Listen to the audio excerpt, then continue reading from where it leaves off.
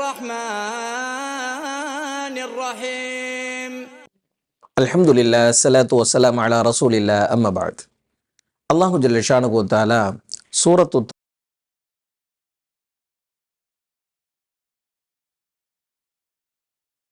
بسم الله الرحمن الرحيم الحمد لله الصلاة والسلام على رسول الله أما بعد.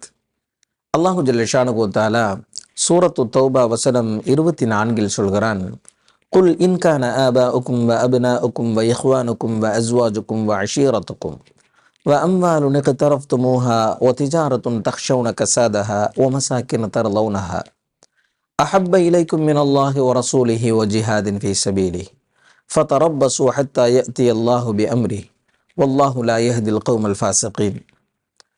நபியே, நீர் மக்களுக்கு சொல்லுங்கள், உங்களுடைய பெற்றோர்கள், உங்களின் பிள்ளைகள், உங்களின் சகோதர சகோதரிகள், உங்களின் மனைவிமார்கள், உங்களின் உறவுகள், நீங்கள் சேர்த்து வைத்திருக்கும் செல்வங்கள், நீங்கள் நஷ்டமடைந்து விடுமோ என்று அஞ்சுகின்ற வியாபாரம், நீங்கள் திருப்தி அடைந்திருக்கும் உங்களுடைய வீடுகள், இவைகள் அனைத்தும் அல்லாஹுவை விடவும் அவனுடைய தூதரை விடவும் அவனுடைய வழியில் ஜிஹாது செய்வதை விடவும் பிரியமானதாக இருக்கும் என்றால் நீங்கள் உண்மையான விசுவாசிகளாக ஆக முடியாது என்பதாக நீங்கள் சொல்லுங்கள்.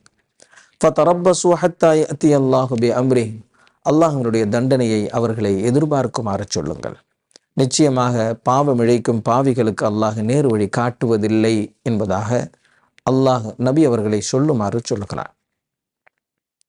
இந்த வசனத்தில் எல்லாவற்றையும் விட அல்லாஹ்வையும் அவனுடைய தூதரையும் நேசிக்க வேண்டும். அப்படி நேசிக்கவில்லை என்று சொன்னால் அவர்கள் உண்மை விசுவாசிகளாக ஆக முடியாது என்கின்ற ஒரு செய்தியோடு, அப்படி ஒரு வேளை நீங்கள் உண்மை விசுவாசிகளாக இல்லாத பட்சத்தில் அல்லாஹ்வின் தண்டனை எதிர்பாருங்கள் என்பதாக ஒரு எச்சரிக்கையும் அல்லாஹ் சொல்லுமாறு சொல்கிறான். இன்னொரு வசனத்திலும் அல்லாஹ் இப்படி சொல்கிறான். சூரத்துன் நிசா வசனம் 80 சொல்கிறான், மன் யுத்திஇர் ரசூல ஃபகத் அத்தா அல்லாஹ் வ மன் தவல்லா ஃபமா அர்ஸல்னாக அலைஹிம் ஹஃபீலா. யார் அல்லாஹ்வின் தூதரை வழிபடுகிறாரோ நிச்சயமாக அவர் அல்லாஹ்வையே வழிபட்டு விட்டார். யார் நபி அவர்களை மறுக்கிறாரோ அவர்கள் விஷயத்தில் நீங்கள் கவலை கொள்ள வேண்டாம், அவர்களை பாதுகாக்கக்கூடியவர்களாக உம்மை நாம் அனுப்பவில்லை என்பதாக அல்லாஹ் சொல்கிறான். யார் நபி ஸல்லல்லாஹு அலைஹி வஸல்லம் அவங்களை பின்பற்றுகிறார்களோ அவர்கள் அல்லாஹ்வை பின்பற்றியவர்களாக ஆகிவிட்டார்கள் என்பதாக அல்லாஹ் சொல்கிறான்.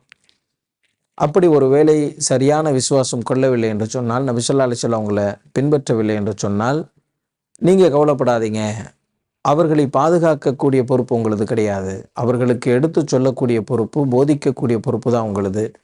அவர்களை தண்டனையிலிருந்து பாதுகாக்கக்கூடிய பொறுப்பு உங்களது கிடையாது, நீங்கள் கவலைப்படாதீங்க என்பதாக நபி ஸல்லல்லாஹு அலைஹி வஸல்லம் அவர்களுக்கான ஒரு ஆறுதல் செய்தியோடு இந்த வசனத்தை அல்லாஹ் நிறைவு செய்கிறான். ஆக இந்த வசனத்தின் இந்த 2 வசனங்களின் வாயிலாகவும் இந்த விஷயத்தை புரிந்து கொள்ள முடிகிறது.